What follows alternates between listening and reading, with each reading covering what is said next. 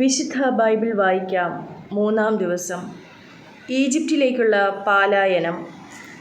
അവർ പോയിക്കഴിഞ്ഞപ്പോൾ കർത്താവിൻ്റെ ദൂതൻ സ്വപ്നത്തിൽ പ്രത്യക്ഷപ്പെട്ട് ജോസഫിനോട് പറഞ്ഞു, എഴുന്നേറ്റ് ശിശുവിനെയും അമ്മയെയും കൂട്ടി ഈജിപ്തിലേക്ക് പാലായനം ചെയ്യുക.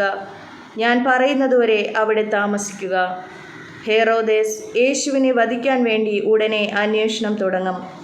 അവൻ ഉണർന്ന് ശിശുവിനെയും അമ്മയെയും കൂട്ടി ആ രാത്രി തന്നെ ഈജിപ്തിലേക്ക് പോയി.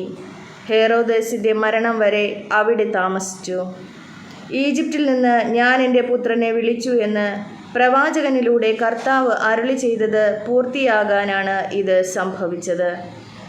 ജ്ഞാനികൾ തന്നെ കബളിപ്പിച്ചെന്ന് മനസ്സിലാക്കിയ ഹെറോദേസ് രോക്ഷാകുലനായി. അവരിൽ നിന്ന് മനസ്സിലാക്കിയ സമയമനുസരിച്ച് അവൻ ബത്ലഹേമിലെയും സമീപ പ്രദേശങ്ങളിലെയും 2ഉം അതിൽ താഴെയും വയസ്സുള്ള എല്ലാ ആൺകുട്ടികളെയും ആളയച്ച് വധിച്ചു.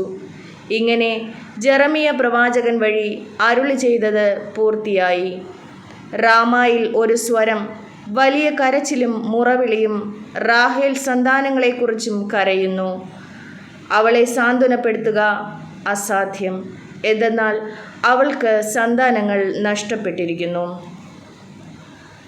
ഹെറോദേസിൻ്റെ മരണത്തിന് ശേഷം ഈജിപ്തിൽ വച്ച് കർത്താവിൻ്റെ ദൂതൻ ജോസഫിന് സ്വപ്നത്തിൽ പ്രത്യക്ഷപ്പെട്ടു പറഞ്ഞു, എഴുന്നേറ്റ് ശിശുവിനെയും അമ്മയെയും കൂട്ടി ഇസ്രായേൽ ദേശത്തേക്ക് മടങ്ങുക.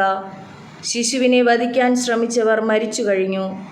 അവൻ എഴുന്നേറ്റ് ശിശുവിനെയും അമ്മയെയും കൂട്ടി ഇസ്രായേൽ ദേശത്തേക്ക് പുറപ്പെട്ടു. മകൻ അർക്കലാവോസാണ് പിതാവായ ഹെറോദോസിൻ്റെ സ്ഥാനത്ത് യൂദയായിൽ ഭരിക്കുന്നതെന്ന് കേട്ടപ്പോൾ അവിടേക്ക് പോകാൻ ജോസഫിന് ഭയമായി. സ്വപ്നത്തിൽ ലഭിച്ച മുന്നറിയിപ്പ് അനുസരിച്ച് അവൻ ഗലീലി പ്രദേശത്തേക്ക് പോയി.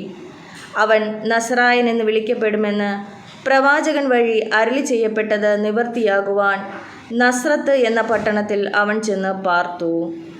ദൈവവചനമാണ് നാം കേട്ടത്. നമുക്ക് ദൈവത്തെ സ്തുതിക്കാം.